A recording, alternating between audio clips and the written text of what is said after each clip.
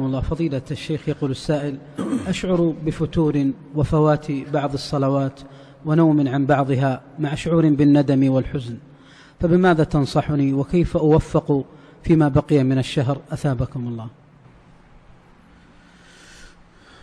نسأل الله بعزته وجلاله وعظمته وكماله أن يجعلنا مرحومين لا محرومين.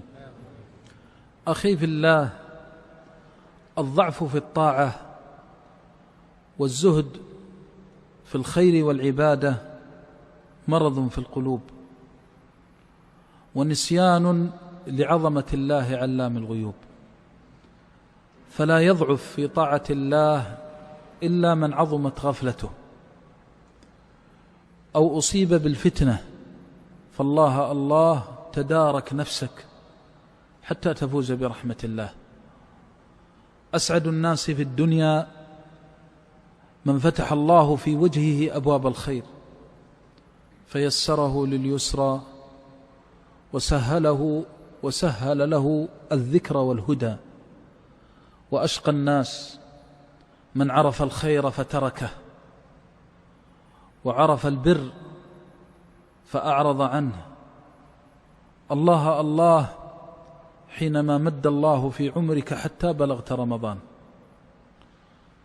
وحرم غيرك فاخترمتهم المنايا، وأعطاك الصحة والعافية، وأعطاك الفراغ، وأعطاك مما لا يحصي فضله فيه عليك إلا هو سبحانه وتعالى.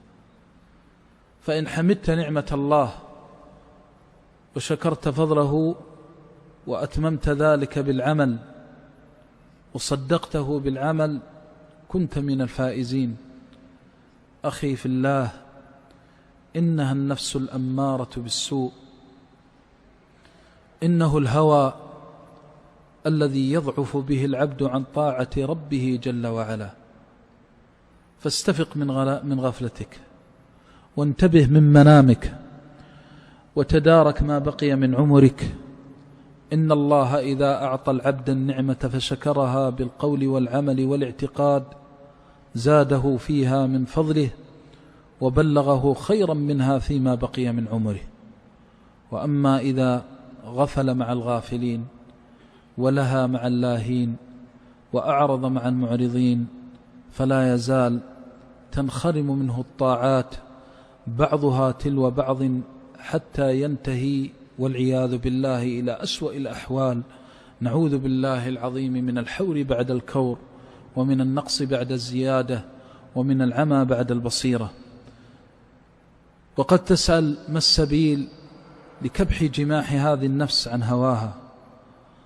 ولا أعلم أمرا أعظم من الالتجاء إلى الله. وليكن لسان حالك ومقالك أن تضرع إلى ربك فتقل: اللهم لا تجعلني شقيا ولا تجعلني محروما.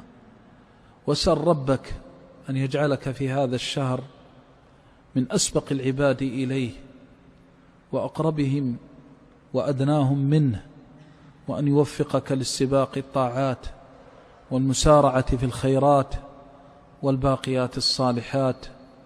ثم خذ بالأسباب التي تنبهك من منامك وتوقظك من غفلتك، ومن أعظمها أن تعلم أنه ستمر عليك مثل هذه الساعة ومثل هذه اللحظة وأنت ضجيع اللحد والبلا مرهونا بين يدي الله جل وعلا، تتمنى أن هذه الأيام والليالي قد قضيت في طاعته واستنفذت في محبته، وعندها تندم ولا تحين ساعة مندمي.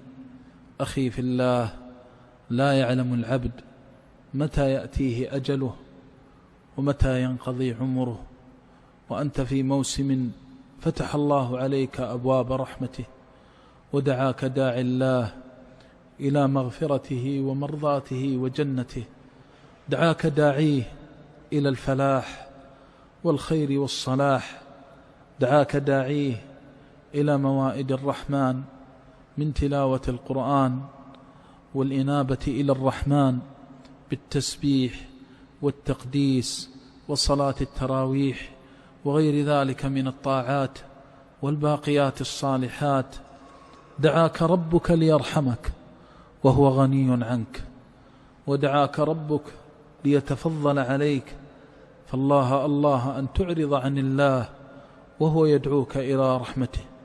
وازجر نفسك إذا كانت ساهية لاهية بالوعيد وسطوة الجبار المجيد، ذكرها عظمة الله وقدرة الله عليك حتى تقبل على الله بصدق وجد، وتعلم أنه لا مفر من الله إلا إلى الله. أخي في الله، لو تعلم كم من مريض على فراشه يتمنى عافية الله التي تنعم بها، لو تعلم كم من مشغول في رزقه وطلب عيشه يتمنى ما أنت فيه من الفراغ،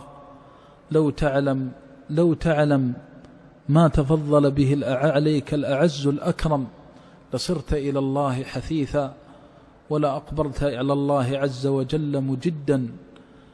أي فتور يأتي الإنسان وهو في شهر القرآن، أي فتور يأتي الإنسان وهذه الموائد للرحمن، هذه الموائد التي في ليله وفي نهاره وفي صبحه وفي مسائه كلها تقربه إلى الله وتشحذ همته إلى الله، حتى إن الله صفد الشياطين في هذا الشهر ليجد المجدون وليثابر المخلصون المخلصون. اللهم إنا نسألك بعظمتك وعزتك وجلالك وبرحمتك التي وسعت كل شيء أن ترحم ضعفنا وأن تجبر كسرنا. اللهم لا تجعلنا أشقياء ولا محرومين.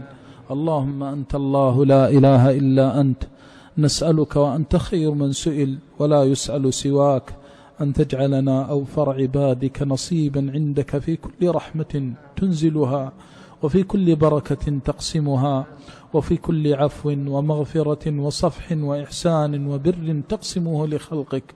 اللهم اجعل لنا أوفر الحظ والنصيب.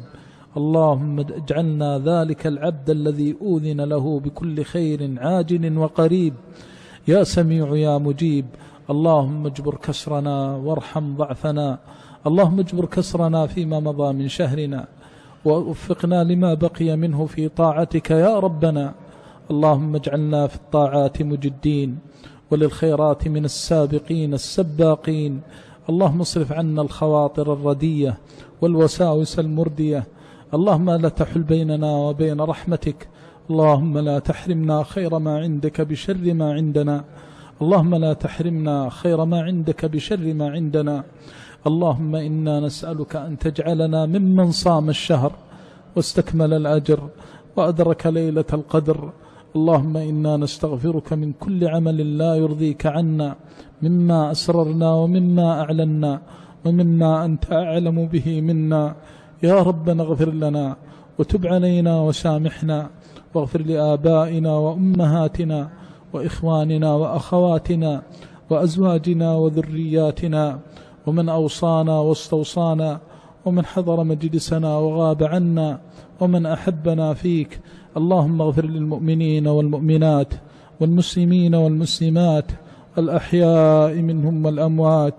اللهم نور على أهل القبور قبورهم، اللهم نور على أهل القبور قبورهم وأفسح لهم فيها. اللهم يا أرحم الراحمين ارحم المعذبين منهم. اللهم أبدلهم فرحا وسرورا، وابدل قبورهم بهجة ونورا. اللهم أفسح لهم فيها ونور لهم فيها، واقبل شفاعتنا واستجب دعوتنا. يا أنت ربهم وربنا يا أرحم الراحمين. اللهم اغفر للمؤمنين والمؤمنات والمسلمين والمسلمات، فرج هم المهمومين ونفس الكرب عن المكروبين، واشف مرضانا ومرضى المسلمين. اللهم اشف مرضانا ومرضى المسلمين، وارحم موتانا وموتاهم أجمعين. اللهم لا تدع لنا في مقامنا هذا ذنبا إلا غفرته، ولا هما إلا فرجته، ولا كربا إلا نفسته، ولا فسادا إلا أصلحته، ولا اعوجاجا إلا قومته. ولا مريضا إلا شفيته، ولا ميتا إلا رحمته، ولا مبتلا إلا عافيته، ولا ضالا إلا هديته، ولا ميتا إلا رحمته. اللهم لا تدع لنا عدوا إلا كبته ودمرته. اللهم دمر أعداء الدين، اللهم شتت شملهم، اللهم فرق جمعهم، اللهم احصهم عددا، اقتلهم بددا، ولا تغادر منهم أحدا. اللهم انزع عنهم عافيتك، واشدد عليهم وطأتك، نكس منارهم، ودنس شعارهم، وزلزل أركانهم. إله الحق لا إله إلا أنت، صدع بنيانهم، وشتت شملهم، وفرق جمعهم. اللهم إنك بما يعملون محيط، نسألك أن تجعل عليهم دائرة السوء. إله الأولين والآخرين، اللهم انصر إخواننا المؤمنين في مشارق الأرض ومغاربها يا رب العالمين. اللهم اجعل لهم من كل هم فرجا، ومن كل ضيق مخرجا، ومن كل بلاء عافية. اللهم الطف بالمسلمين، اللهم الطف بالمسلمين، اللهم ردهم إليك مردا جميلا.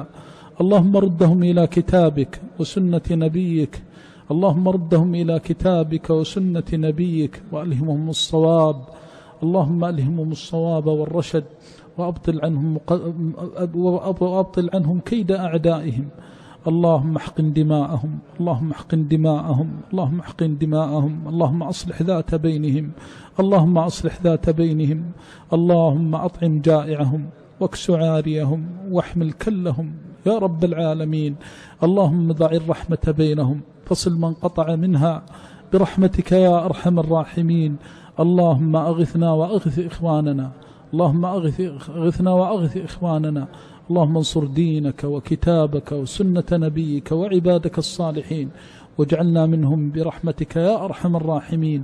اللهم اكتب لأهل هذا الدين عزا ونصرا، واكتب لمن عاداه وآذى أهله ذلة ومهانة وقهرا. اللهم آمنا في أوطاننا، اللهم آمنا في أوطاننا، اللهم آمنا في أوطاننا. اللهم ادفع عنا الفتن والمحن ما ظهر منها وما بطن، وأعذنا من فتن المفتونين، ومن إرجاف المرجفين، ومن إبطال المبطلين. اللهم وفق ولاة أمورنا لما تحب وترضى، وخذ بنواصيهم للبر والتقوى. اللهم وفق إمامنا لما تحب وترضى، وخذ بناصيته للبر والتقوى. اللهم انصر به دينك، وأعل به كلمتك، وانشر به رحمتك يا أرحم الراحمين. رب اغفر وارحم، وتجاوز عما تعلم، إنك أنت الأعز الأكرم. اللهم اختم لنا شهر رمضان بخير، اللهم اختم لنا شهر رمضان بخير. نسألك أنت الله لا إله إلا أنت أن تغفر لإخواننا الذين حرموه. اللهم نور عليهم قبورهم، وأفسح لهم فيها، واجبر مصاب أهلهم برحمتك يا أرحم الراحمين. سبحان ربك رب العزة عما يصفون، وسلام على المرسلين، والحمد لله رب العالمين. اللهم صل على